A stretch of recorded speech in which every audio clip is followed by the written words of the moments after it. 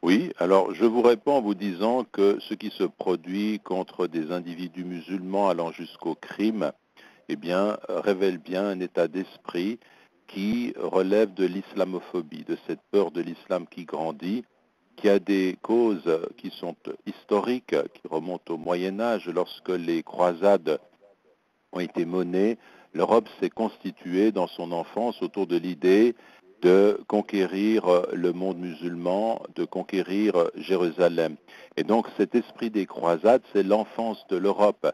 Et ce qui reste dans l'esprit de quelqu'un au niveau de son enfance ressurgit plus tard lorsqu'il y a des problèmes, parce que c'est un traumatisme. Ça a été une opposition avec le monde musulman. Ça, c'est une raison historique. Il y a une autre raison qui est d'ordre politique. On sait très bien que les partis d'extrême droite, ou de droite parfois, se servent de ce sentiment de la peur, de l'islamophobie, pour asseoir des politiques déloyales dans le sens de se livrer à des formes de populisme et de montrer qu'il y a là un danger par rapport à l'islam en tant que tel qui recèle la violence et qui pose un problème réel selon ces partis d'extrême droite.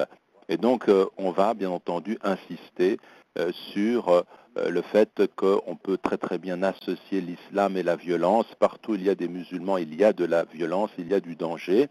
Et on agit, donc on se livre à des formes d'observation complètement superficielle, fondée sur les images plus que sur les concepts. Vous voyez, c'est surtout, on est dans le registre de la caricature à ce niveau-là, puisque, prenez l'exemple de ce qui s'est passé en Suisse dans la votation contre les minarets.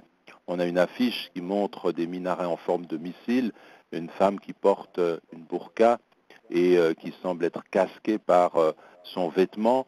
On a cette crainte qui s'exprime à travers une image, mais l'image nous conduit à l'émotion plus qu'à la réflexion. Il y a beaucoup plus d'images que de textes, beaucoup plus d'images que de concepts. Et justement, là est le problème, parce que pour comprendre l'islam, il faudrait aller au-delà, il faudrait aller dans le sens de la réflexion et non pas dans celui de l'émotion. Alors tout cela agit contre, bien entendu, une saine compréhension de ce qu'est l'islam.